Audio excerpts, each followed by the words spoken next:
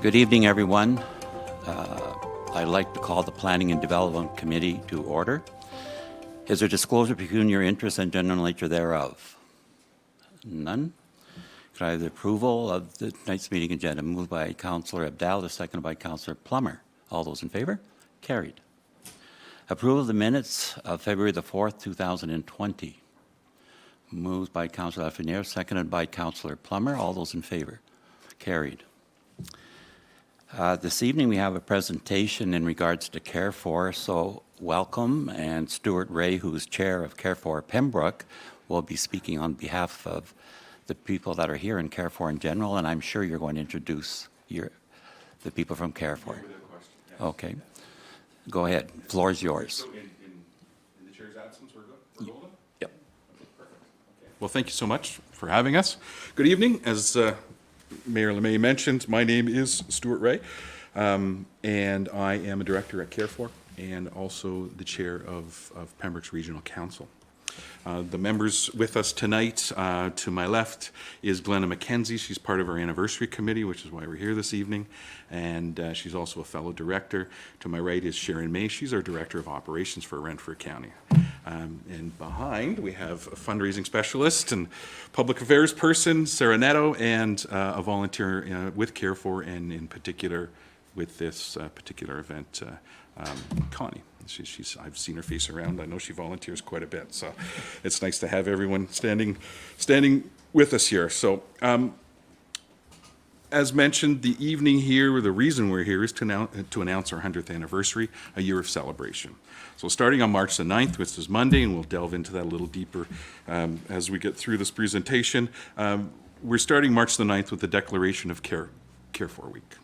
Our committee will embark upon a series of events and activities designed to promote awareness and celebrate, ultimately culminating in our main event, which is the 100th anniversary banquet on October the 3rd.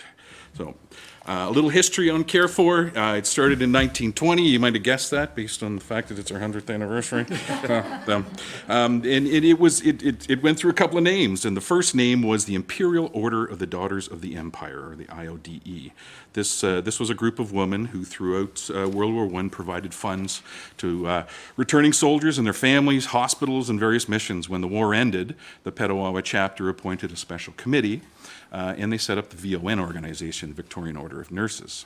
They held their first meeting on October the 20th, 1920, and a month later they hired their first nurse, Miss Shore. She landed and she got right into business and helped deliver her first baby by the end of November. By the end of December, she had made 125 home visits, mostly on foot, but occasionally she had a pony and cart that was donated by a local citizen. A year and a half later, she deservedly was provided with a Ford Roadster, so I'm guessing her numbers went up a bit at that point. So, what she did do in the genesis of this organization was she provided home delivery, she visited patients, provided treatments such as dressings, baths, injections, checked on new moms and babies, held well baby and immunization clinics, provided milk and vitamins for children, sometimes delivered eggs and milk for needy families, and taught healthcare. And until 1971, the VON was the only visiting nurse organization in Renfrew County. So in 1985, the VON established what is now known as the Community Support Services. Volunteers were recruited to provide in-home visits and transportation to medical appointments. This continued until the late 90s when, sadly, funding dried up, different governments, different programs, and we had to stop that ascent. But what we did do is we refocused, and we recognized, our board in the 90s identified a need for affordable housing, in particular for seniors. So in 96, and I don't know if anybody around the table remembers the old Dawson Motel on Greenwood Road. It's just the other side of drive-in. We purchased that, and we converted it into a 29-bed retirement home, and we called it the Lady Aberdeen Place. And we kept going from there. We got onto a move. So in 96, we actually bought the Civic Complex, the old Pembroke Civic Hospital. We converted it to an assisted living facility, and we now refer to it as Care4 Civic. So eventually we sold Lady Aberdeen, and the residents from there moved to the Civic Complex. So with the advent of the new millennium, changes followed. Our board, Mary McBride, who was our chair, retired. Stephen Perry, who's a local name you probably recognize, became our executive director here in Pembroke, Renfrew County. And in 2005, there was a big movement, and the VON from Pembroke Renfrew County, VON Ottawa Carleton, and Eastern Regions all amalgamated, and we rebranded as the not-for-profit you know today, which is Care4. Health and Community Services. So our mission statement is meeting our clients' health needs, providing high-quality home health care and community support services. And throughout the years, with the support of communities, businesses, and service clubs, the organization has expanded to include a wide variety of programs available for seniors and adults. Some of the services include income tax assistance, foot care, community palliative, personal support workers, medical equipment lending programs, and assisted living services.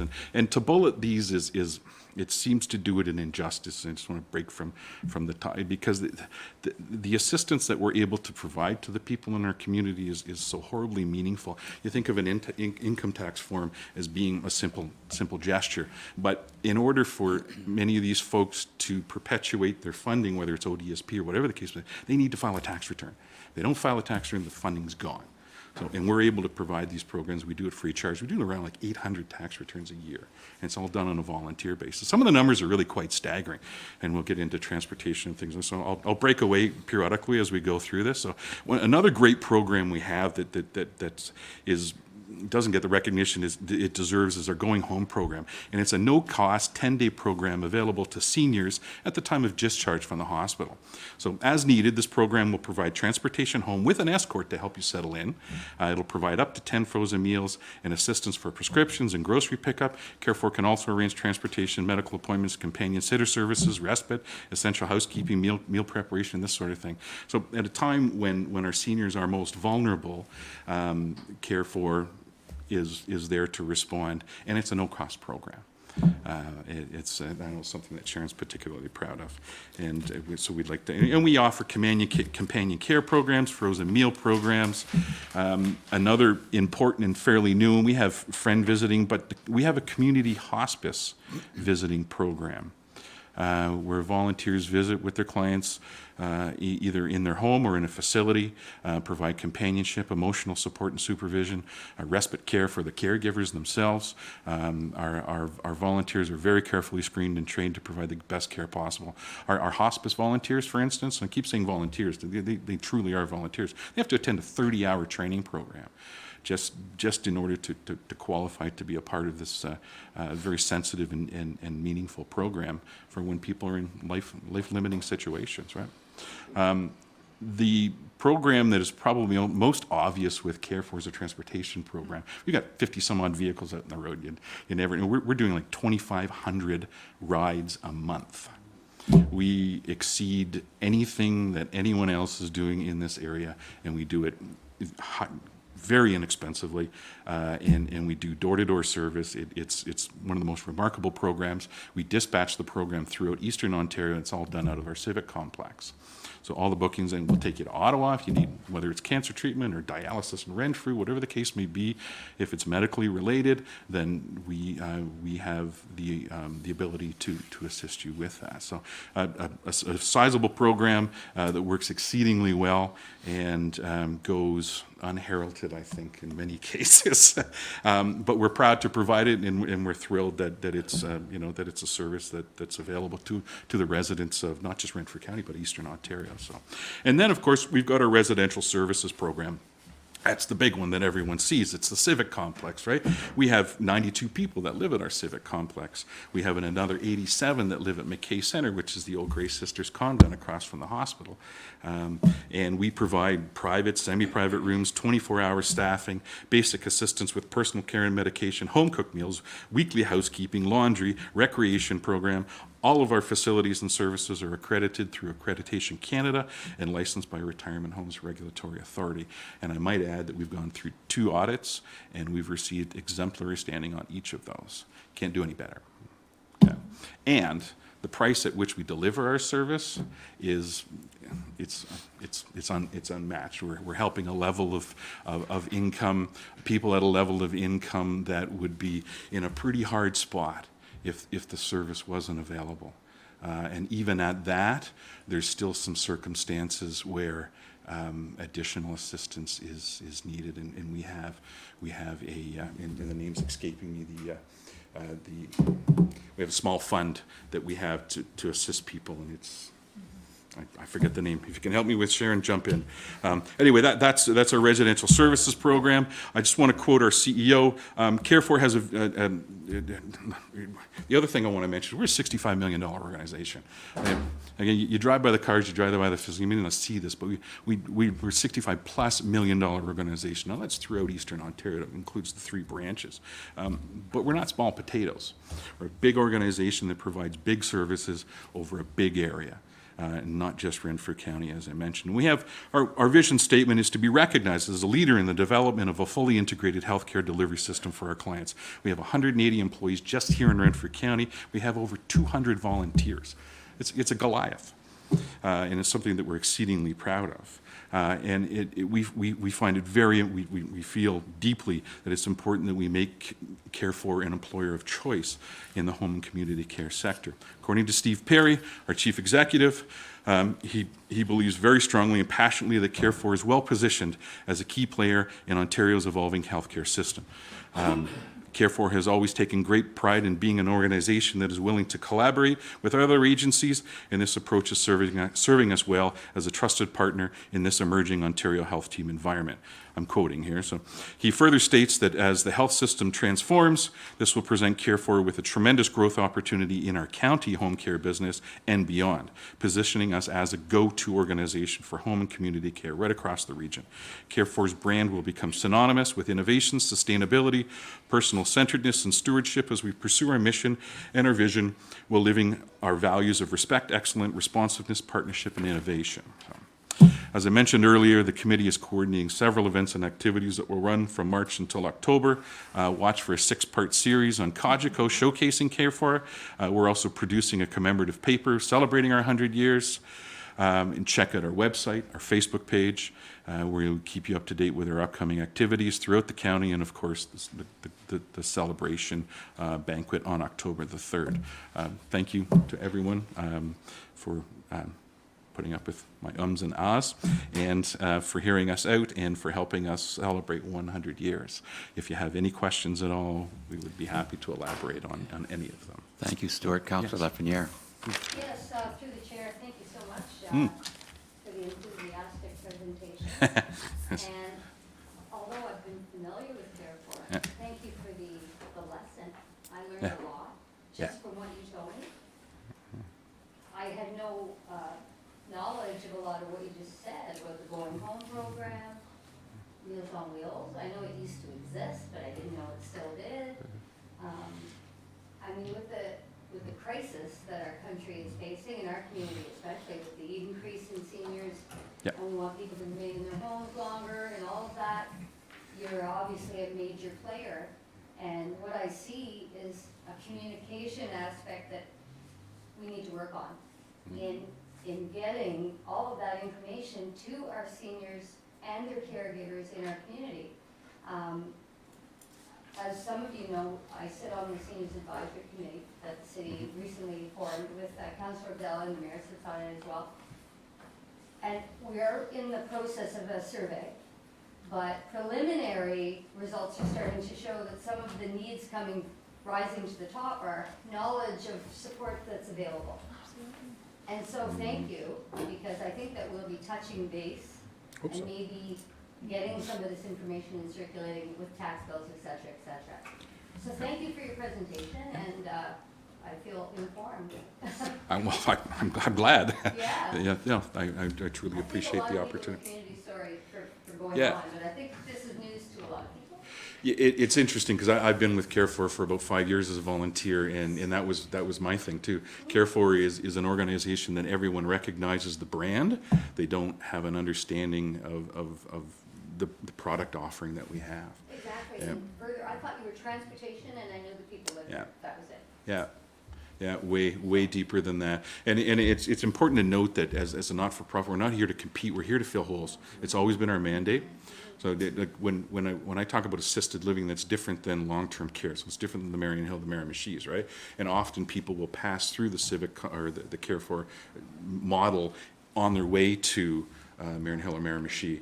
So again, not competition, but complement. Certainly the transportation program supports people's need to geography, that sort of thing. So yeah, I was completely ignorant of it myself. Knew Care4, just had no idea that we were, yeah. Thank you so much. Councillor Dalla? Thank you, Chair. Stuart, thanks for the presentation and awesome organization. And can you expand on the transportation model? 2,500 rides a month, you said? Yeah. So is that rides to Ottawa? Plus or minus, but So the rides to Ottawa, local rides too, or? it could be something as, and perhaps you're best to respond to it.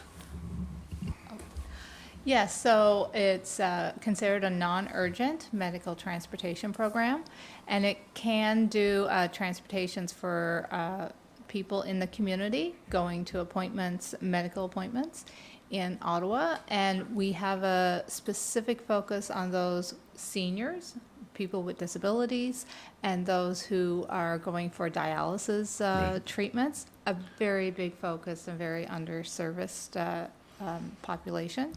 On top of that, we collaborate with the hospital, our regional hospital here, and to help them get some of their patients out. But we also do drives locally for people going to things like adult day programs. Right. For And so the seniors. fee is a structured fee system, or is it pay according to what they can afford, or?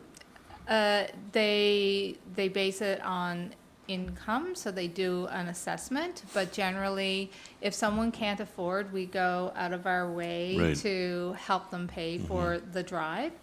And on top of that, we have our volunteer transportation program, so. And, yeah, so there is a little bit of a co-payment there, but we also, what we have found is that the need for transportation has grown to the point that we have more and more people needing it. And over the last couple of years, we've had a lot of people looking to us for assistance with affording those transportations. So we have actually had some fundraising where we have been able to set up subsidy fund for just the transportation program. And one year, we actually fell short, like we ran out Right. of the subsidy money. But Okay. the last couple of years, we've been good. Well, thank you, because in our advisory committee in senior affairs, we find that transportation is one of the key things, especially in Pembroke and the Upper Ottawa Valley. So thanks for being a partner. Any other questions? Councillor Schneer? Sorry, just further to that, Care4 recently is working with the town of Petawawa on a transportation model. Okay. So is your office involved in that, or is that at a different level? No, we are involved in that. Okay. And you're right, it's with the town of Petawawa. The residents of Petawawa are connected to Care4. They call in to Care4, and we organize whatever transportation is needed. There's a designated van or vehicle for the town, according to, they receive special funding. So the vehicle was purchased from those funds, and the coordination piece is done through Care4. And it's just started in the last few weeks. It just started. We got it underway, and so we're very hopeful. And I think it's going to be successful. And is that for vulnerable people as well? Like, It's for vulnerable people, and it's within the town. Okay. And if they want to go to medical appointments, some people have asked to go to the food bank. It's also designed to take people to their senior service clubs or their activities.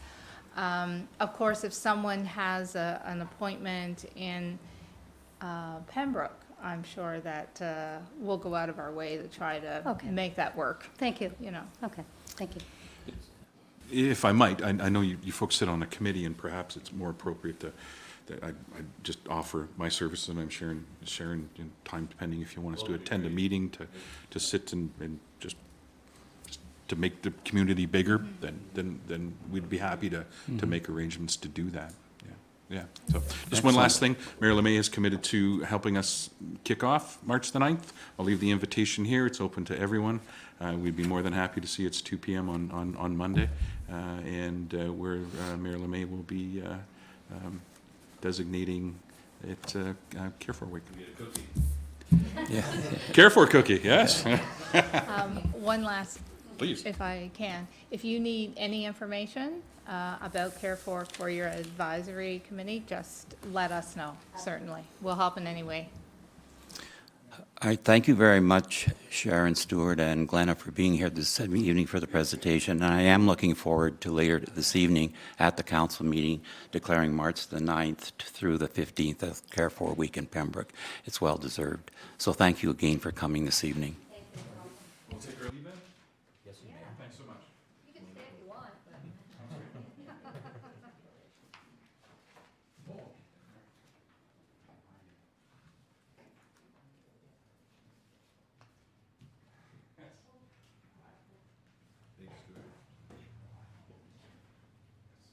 Yeah, thanks so much. Appreciate it.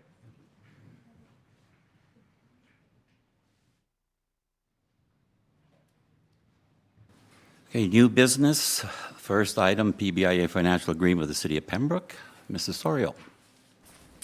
An agreement was entered into between the city and PBIA in March of 2017. And this agreement was that PBIA would agree to pay annually $21,000 to the city for the purposes of maintenance of the free and the 2 or 3 hour parking lots within the PBIA boundary. It would also include maintaining these parking lots, and maintenance includes line painting, snow removal, sweeping of lots, minor repairs such as filling potholes, and major repairs which could include paving. It also would cover the lost revenues from the Market Square parking lot when the meters were removed from this lot, and there was approximately 50 meters at that time. It also covered the lost revenues at the parking meters for the free parking for the month of December, the Family Day weekend, Mother's Day weekend, Father's Day weekend, Easter weekend, Civic Holiday weekend, Fiddle Week, as well as the 3 Fridays in November associated with Silver Stick. So this agreement expired on December 31st, 2019, and so now we're looking at extending this for a 2-year period. This new agreement it now shows that we have a council approved a 6-month pilot project to provide 2-hour free parking at the meters. So this agreement will not touch this at this point.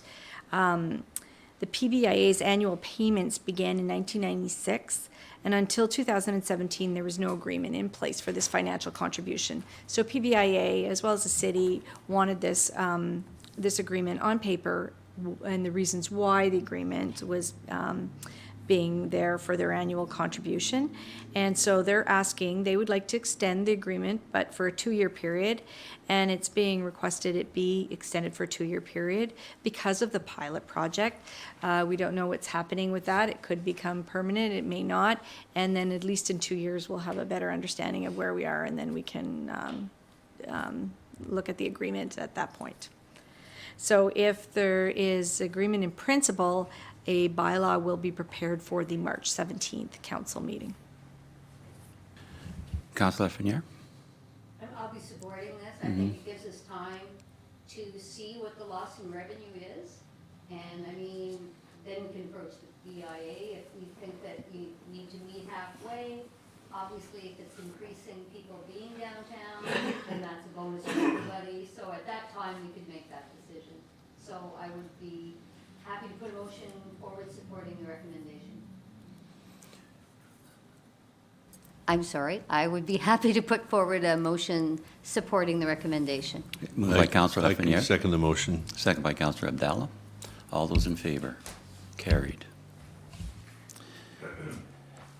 Bylaw enforcement request. We've received a request from Grant Broom, who's the owner of 176, 178, 180, 182, 186, and 188 McKay Street, seeking permission to allow himself and his property manager authority to issue parking tickets for that property, for vehicles on that property. Those addresses belong to one apartment building. It's just that there's several entrances, so they all seem to have different addresses. The parking lot associated with this building is used on a daily basis by the residents, but many people are parking illegally in this lot and are using up spaces that should be reserved for Mr. Broom's tenants. The parking fine for parking on a private lot without permission is $50. Presently, the city has granted employees of Dr. Galland's Dentistry, Standard Parking, and Sinner Capital the ability to ticket vehicles at 186 Pembroke Street West, Pembroke Regional Hospital parking lots, and 58 Pembroke Street West. So the city is responsible for the receiving and the administration of the parking tickets, as well as the processing of all the payments of those tickets. All the revenues from the tickets are received by the city and used to offset costs. Approval to enforce the above three areas was granted by council due to the fact that enforcement was needed during the evening and nighttime hours as well as weekends. The city's bylaw enforcement officers enforce parking during normal work hours and on Saturdays, but Mr. Broom feels that it's after hours that the parking issues occur, and he said that this has created a problem for snow removal of his parking lot. So should the committee recommend to council the approval of this request, it would be recommended the following conditions be the responsibility of Mr. Broom. That the issuing of parking tickets would also include preparing for and attending provincial offences court if somebody does decide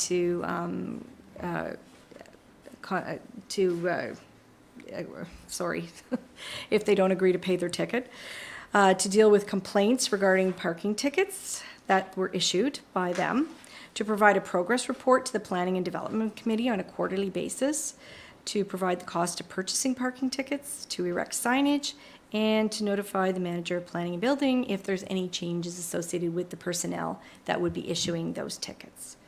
So if you're in agreement in principle, an agreement will be sent to Mr. Broom, and bylaw will be prepared for the next council meeting on March 17th. Thank you. Councillor Plummer. I would move that we have an agreement in principle to allow Mr. Broom to issue tickets on his own property. Moved by Councillor Plummer, I'll second the motion. second by Councillor Abdallah. All, yes. Go. Mr. Mayor, is there any training for people that are administering tickets? Do they just start handing out tickets? What happens if there's an altercation, or are people trained? I'd like to know what the outcome would be. Through you, Mr. Mayor. Mrs. Soriel? Through you. You're absolutely right, there is training. So we have our two bylaw enforcement officers, before they can start issuing tickets, go through a training session with them. And so they are looked at how to properly fill out a ticket, what would be required if they had to attend court, how to inform the city if a parking ticket has been issued, and things like that. So there is training that's done. Deputy Mayor. Thank you, Your Worship. So I'm in favor of what the motion is, but I guess I want to put something out there, and I think that the bylaw enforcement is doing a great job at what they're doing. Periodically, I know that bylaw enforcement does, in evening hours, do certain stints to try and deal with bylaw infractions. By example, Everett Street, there seems to be a number of residents along there that repeatedly park in the walking sidewalk area that Councillor Dufresne championed.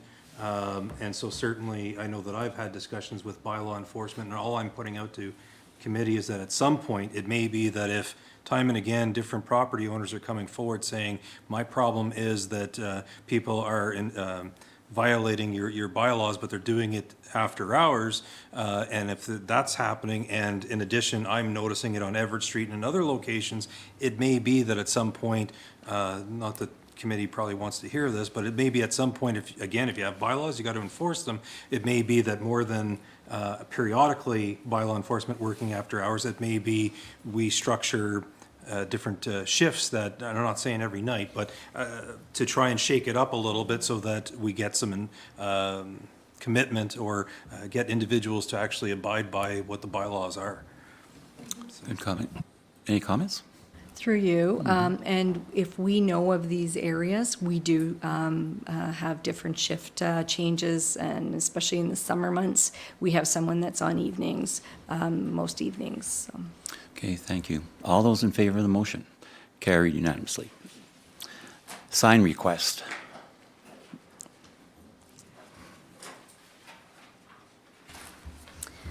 So we've received a request from Becker's Savor the Bite at 868 Pembroke Street West to erect a portable sign. The sign would be 5 feet by 8 feet, which is a typical portable sign size. The property is zoned highway commercial, and the sign bylaw does permit 2 fascia signs because it's a corner lot. So there is 1 fascia sign that fronts on Forest Road. There's 1 fascia sign along Pembroke Street West. And it does allow for a pylon sign, which there is at that location. However, relief is required from the sign bylaw to allow for a portable sign. The owner would like to add a sign along the exterior side yard, which would be along Pembroke Street. So it would be set back about 50 feet from Forest Road and about 30 feet from the rear access to the property. But it would be located right on the property line, and the sign bylaw says that it has to be set back 5 feet. There was a sign here at this location before. It wouldn't not be located within a side triangle, and it wouldn't impede visibility because it's set back enough from Forest Road and from the rear driveway. The Operations Department has reviewed this request and has no concerns. If the committee does decide to approve this application, it would be subject to several conditions, that it would not be erected within a site triangle. It would not impede a visibility to and from the property. It would be located along the exterior lot line and would have a 0-foot setback, but also must be set back 50 feet from Forest Road and 30 feet from the rear access, and that a portable sign permit would be applied for annually. Deputy Mayor. Move that we approve the request subject to the conditions that are listed in the report. Moved by the Deputy Mayor, seconded by Councillor Abdallah. Any comments? All those in favor? Carried. Thank you. Could I have a motion to adjourn, please? Moved by Councillor Plummer, seconded by Councillor Giacono. All those in favor? We are now adjourned.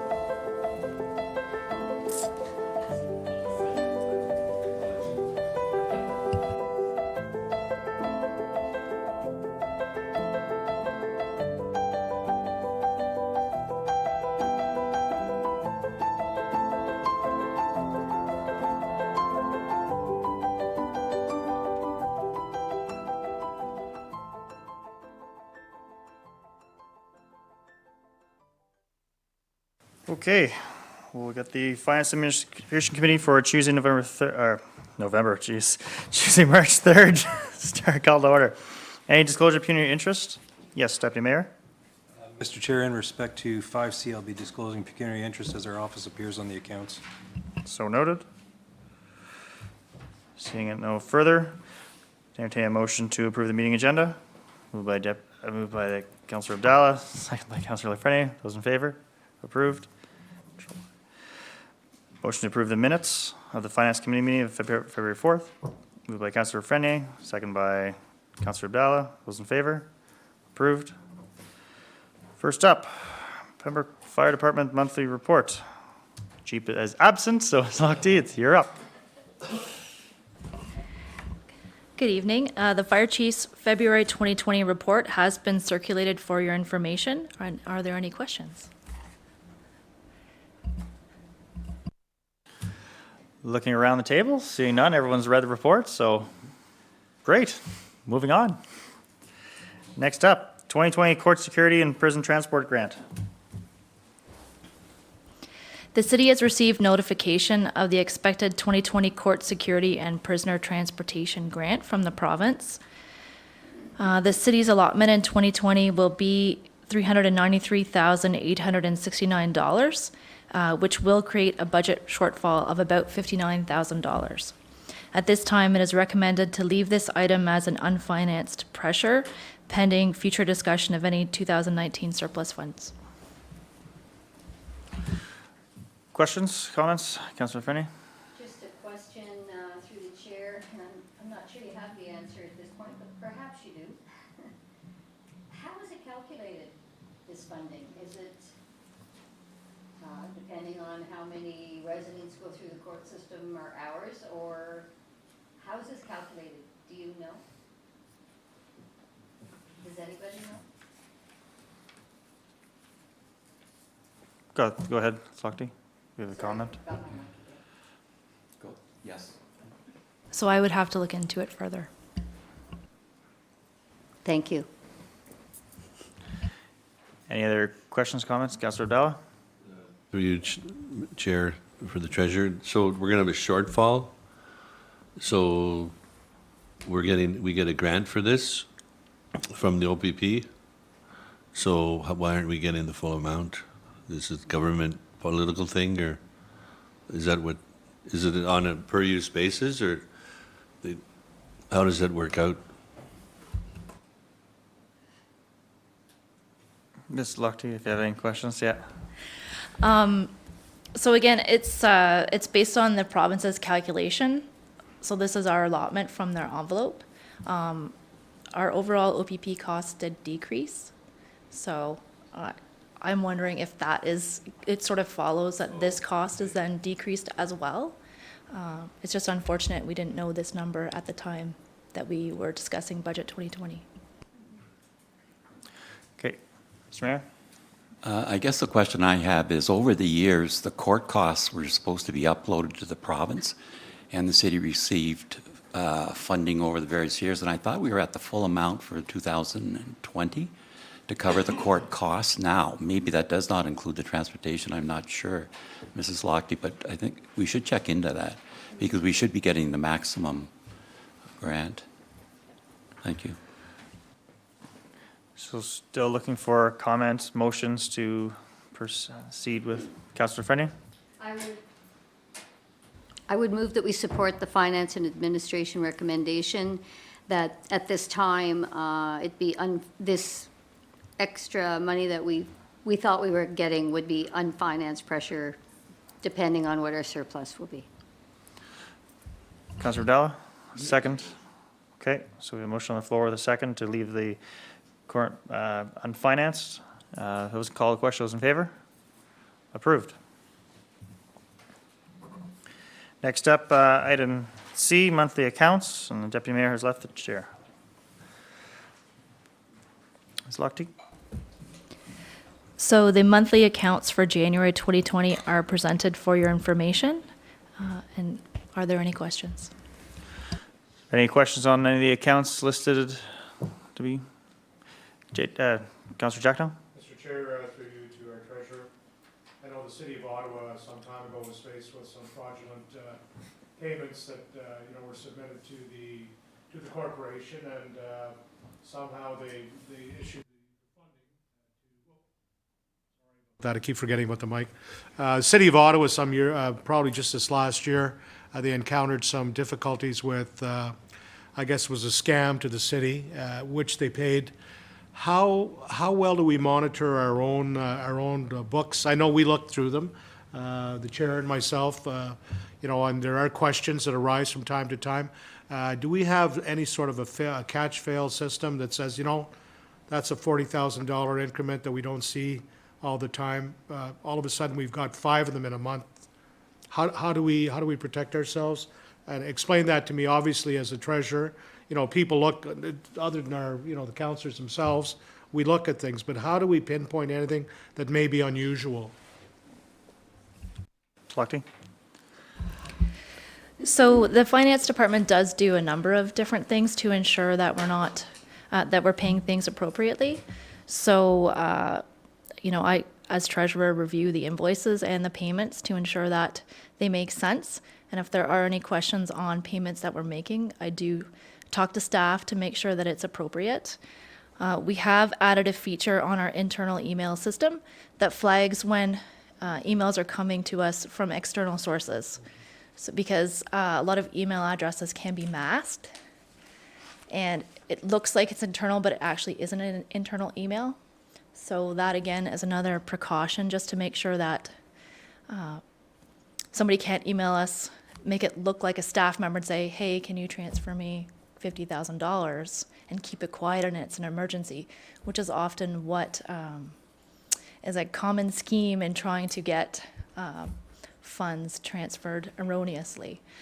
The other item that we do is when we do a lot of payments to vendors via EFT, so electronically, and we do independently verify the information that's submitted to us. So somebody can't just email us and say, can you change this banking information? We do phone them and just verify that it did indeed come from them as well.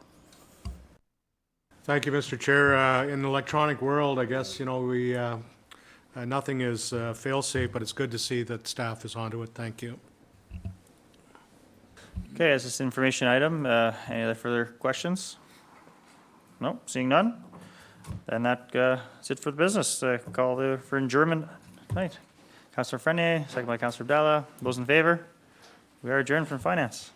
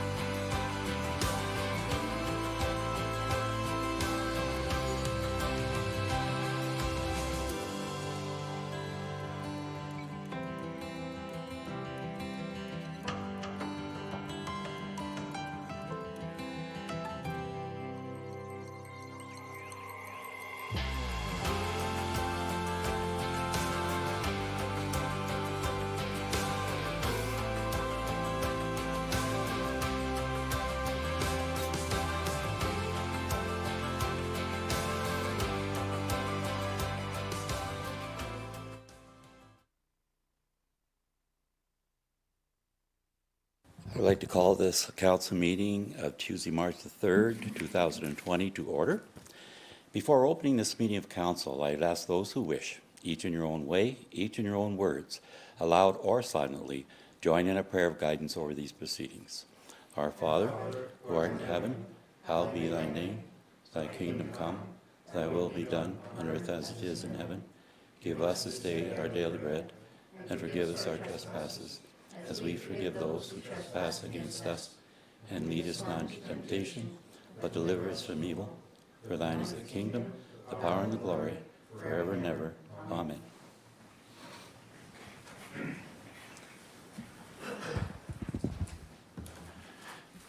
Disclosure of your interest and general nature thereof. None. Approval of our minutes from our council meeting held on February the 18th, 2020. Moved by the Deputy Mayor, seconded by Councillor Lafreniere. All those in favor? Carried. The minutes of our Planning and Development Committee meeting held February the 4th, 2020. Moved by Councillor Plummer, seconded by Councillor Abdallah. All those in favor? Carried. Finance and Administrative Committee meeting held February the 4th, 2020.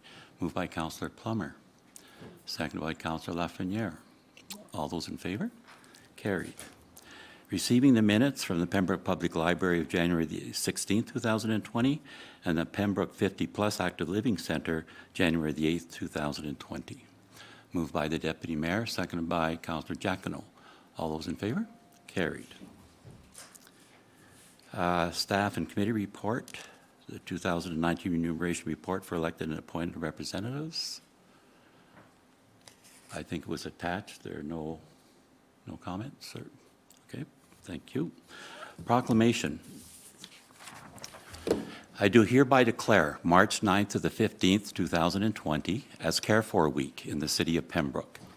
Whereas Care For Health and Community Services, Pembroke Renfrew County, formerly the Victoria Order of Nurses, has provided quality nursing and community services to residents of the city of Pembroke for the past 100 years. And whereas Care For employees and volunteers are dedicated and work diligently to provide programs and services that respond to community needs, thus enriching the lives of residents and clients. And whereas Care For clients, families, staff, and volunteers are celebrating the organization past 100 years in 2020, therefore be it resolved that I, Michael O'May, Mayor of the City of Pembroke, do hereby proclaim March 9th to the 15th, 2020 as Care For Week to recognize the contribution of Care For Health and Community Services to the City of Pembroke, dated in the Mayor's office this 3rd day of March 2020. Now, earlier we had an excellent presentation on the valuable service that is provided to our community. So it is a real pleasure for me to be able to declare March 9th to 15th as Care For Week. Mayor's report. On Saturday, February the 22nd, I brought greetings on behalf of Council to people attending Heritage Day at the Legion. The area museums and the library did an excellent job of showcasing our local history. I brought greetings to the coldest night of the year walkers and volunteers on Saturday, February the 22nd, and this year's walkathon raised over $30,000 for the Grind and the Community Kitchen. There is a need in our community for the services provided by these two organizations. So thank you again to the many volunteers at the Grind and at the Community Kitchen for caring and working towards bettering the lives of others. On Monday, February the 24th, I attended a dinner meeting with CNL executives and county mayors. CNL provided us with an update on activities taking place at Chalk River, and we are also informed that Mark Luzinski, President and CEO, will be leaving at the end of March. Joe McBurty, who is presently the Chief Operating Officer, will become the new President and CEO. I thanked Mark on behalf of the city for his leadership at Canada's premier nuclear science and technology organization. The transition to the GOCO model was at times difficult. Mark was always available to answer questions, and he made sure that the general public, surrounding communities, and other stakeholders were informed about ongoing activities. I appreciate the transparency and value the importance of CNL to the ongoing economic growth of Pembroke and the Council. On Tuesday, February the 25th, I attended a breakfast meeting with CNL staff responsible for the near-surface disposable facility project. This meeting was to update mayors and councillors on the ongoing activities at the near-surface disposable facility that is to be built in the Chalk River area. A revised draft environmental impact statement for the purpose disposable facility will go to the first commission hearing in the fall of 2020. This project will provide a safe way to dispose of low-level radioactive waste which 90% of the waste does come from the Deep River site. 5% comes from will be from the hospitals and 5% from various municipalities. The new site is a key element in the cleanup mission of Chalk River Laboratories, providing a safe place to dispose of low-level waste. One final comment, I'd like to thank city staff for the service they provide the ratepayers of our city. But tonight, I want a special thank you to our Operations Department and Parks and Recreation Department. Last week's snowfall was huge, and staff has been putting in many extra hours to get our roads and sidewalks back to normal. Snowbank removal will continue throughout the city as Mother Nature permits. I would also ask our residents to use caution while driving on our streets. The freeze and thaw cycles have created more potholes than we really need. Repairs will be ongoing, again dependent on the weather. There will be pooling of water on certain streets as the snow continues to melt, so drivers, please be aware of the pedestrians and slow down. Again, thank you, staff. And thank you, residents, for your continued patience as this winter season hopefully soon comes to a close. Any notices of motion? Oh, sorry. Your worship, I wonder if we could speak to the 2020-17 bylaw. Yes. Thank you. Moved by myself, seconded by Councillor Abdallah, that bylaw 2020-17, a bylaw to appoint municipal bylaw enforcement officers to enforce parking provisions in the parking lot associated with 58 Pembroke Street West be adopted and passed, and further that the said bylaw be signed by the mayor and clerk and sealed with the seal of the corporation. Thank you.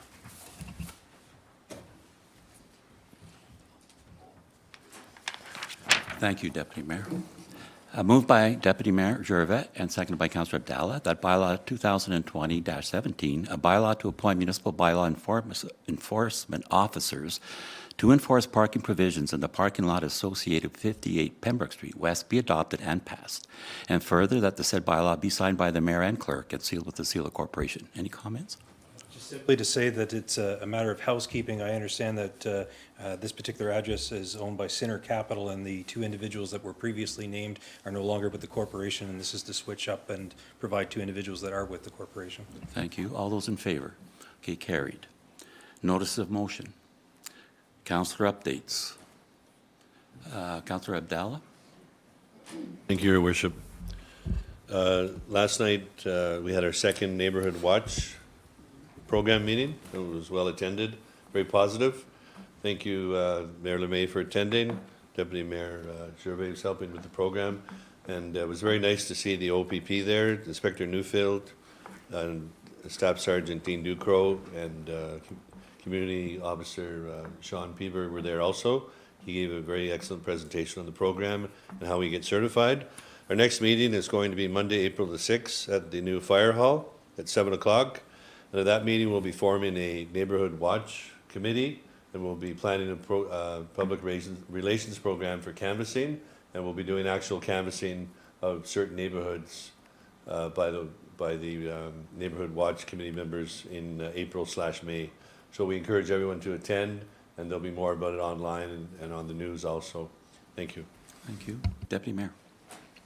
Thank you, Your Worship. Two items on the policing front.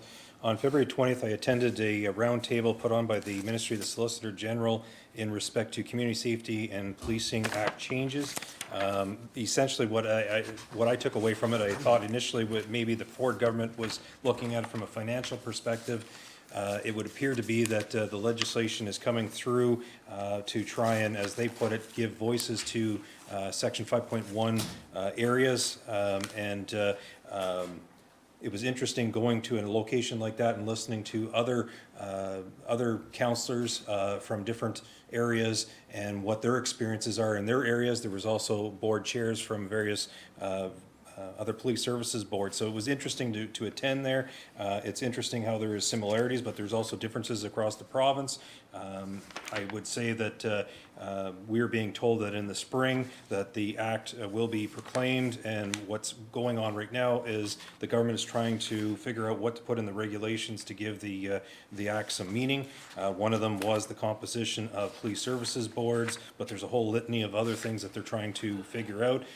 They do tell us that they're also going to consult with detachment commanders To the best of my knowledge, that has not happened, at least not locally. So I'm hoping they actually do that particular aspect of it. They're trying to get feedback and understand what it is that's going on in the different municipalities. And so certainly I provided comment, and Mayor Sweet was there as well. So it was interesting getting comments from myself as well as Mayor Sweet as to what goes on in our particular area.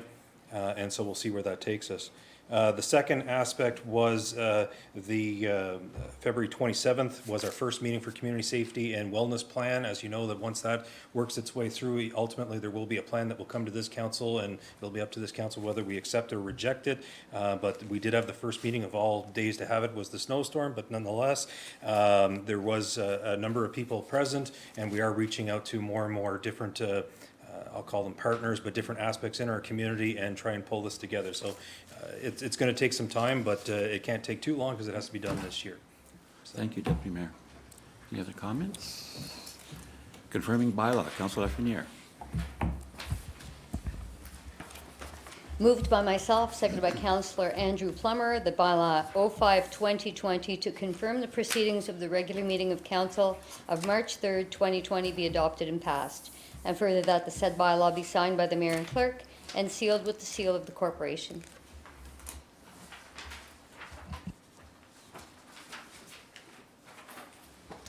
Moved by Councilor Lafreniere and seconded by Councilor Plummer, that bylaw 05-2020 to confirm the proceedings of the regular meeting of council of March the 3rd, 2020 be adopted and passed. And further, that the said bylaw be signed by the mayor and clerk and sealed to seal of the corporation. All those in favor? Carried. Could I have a motion to adjourn, please? Moved by Councilor Abdallah, seconded by Councilor Plummer. All those in favor? Thank you. We are now adjourned.